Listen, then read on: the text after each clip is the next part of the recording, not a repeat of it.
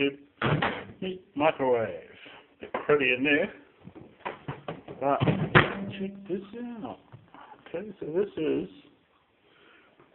nanoparticles of gold. So what I've done is I've done the thing with the round chips. I'm just going to walk over this away, back into the bathroom. So here's the round chips, and they seem to be giving off copper, what's that called? Copper oxide. When I just seem to be shedding a lot of wires. But check out this in here.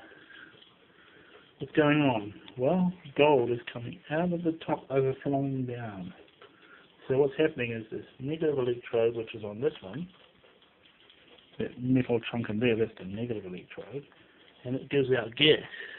And when the positive, which is the one that the gold's coming out of, it's connected to all these RAM chips, to a particular amount of RAM chips.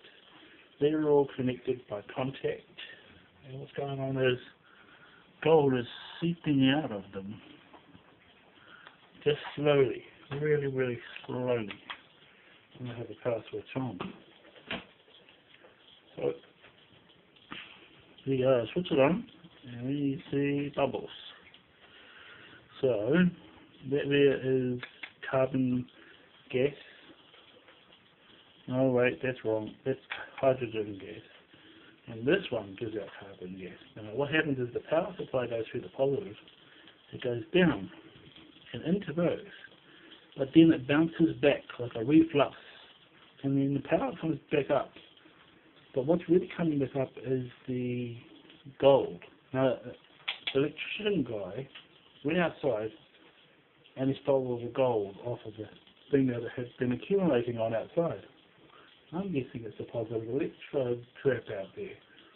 So what's going on is all the gold that I've seen in the past that's gone into the wiring, it's coming back and it's falling back to me. So if anybody has any gold on the circuit, which I've been doing for a couple of years now, so I'm guessing that this is the gold coming from either the power circuit or from the reflux rebound.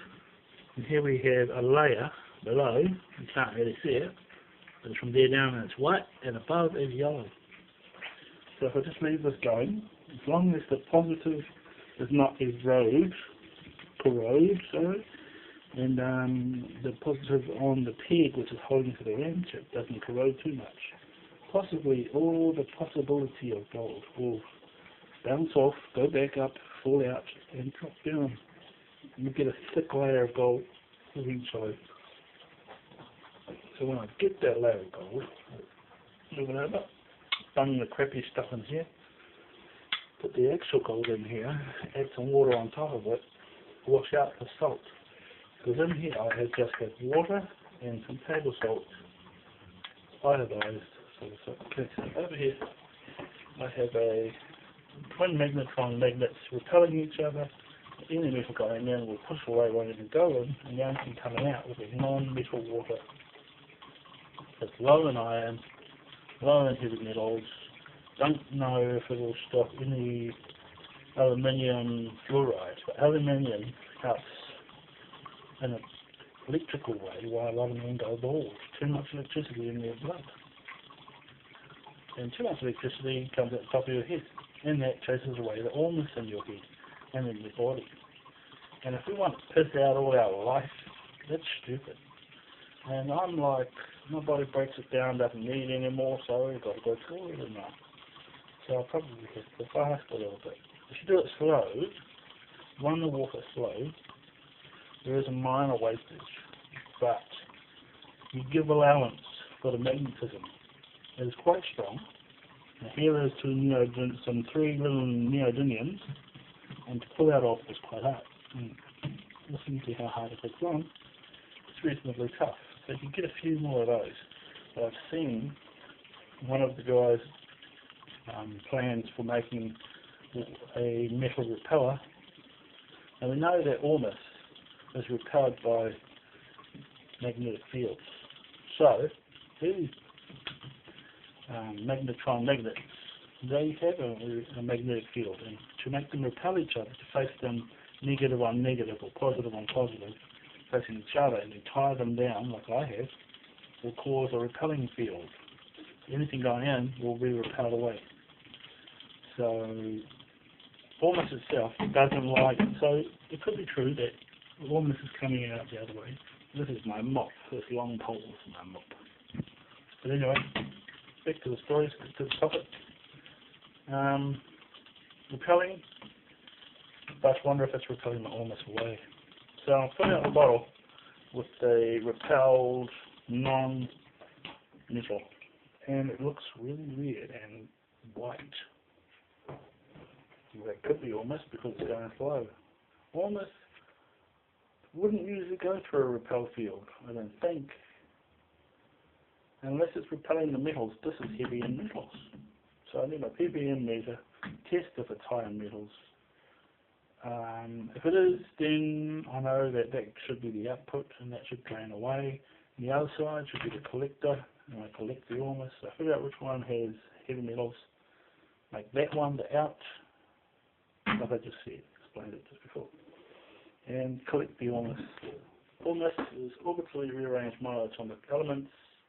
Monoatomic is a singular molecule that is a lower and smaller and tinier thing that can absorb into a human body. You're going to ask yourself, do you want minerals that absorb into your body?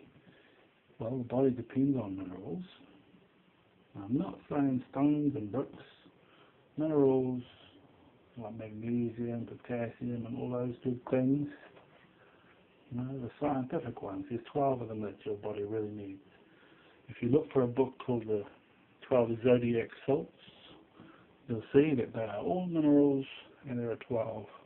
And you must get them into you. Some of them are different sulfates, magnesiums of sulfates and phosphates, some sulfides and sulfates. Anyway, so once I've got that, washed out the salt, and I decant off all the stuff off of the top of this clear stuff, chuck it out, and then I go like this, get a wooden spoon,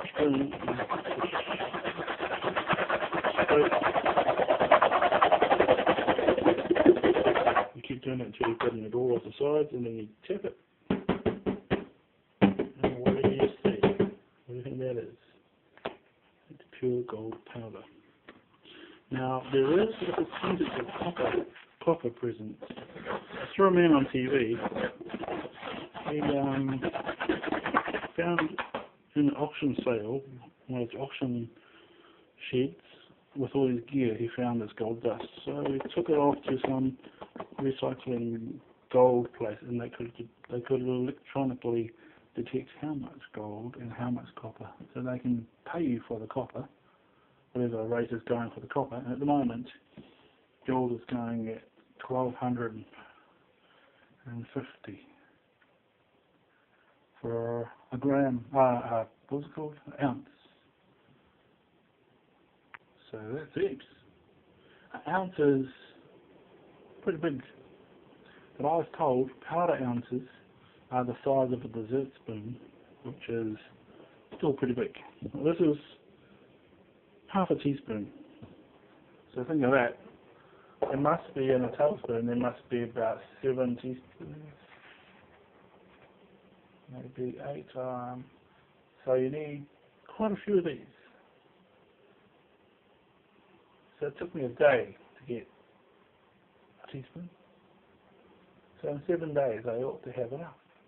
There's always loss when you've got to burn it yourself. So I need to find someone who will buy bugger all powder gold without the loss. Possibly they might want to smelt it themselves. There's always loss when there's burnage. So you need somebody with the furnace that won't have too much loss. They reach 1200 degrees to melt the gold back into a solid state. I've seen a guy use acids to make them down into green. And then I just collect all that and see how I go, see how much I can get. There is a place buying gold. There's a few places buying gold, but they're second-hand shops, and most buggers who run those shows, mostly criminals trying to palm off dead dudes' stuff. Well, wish me luck.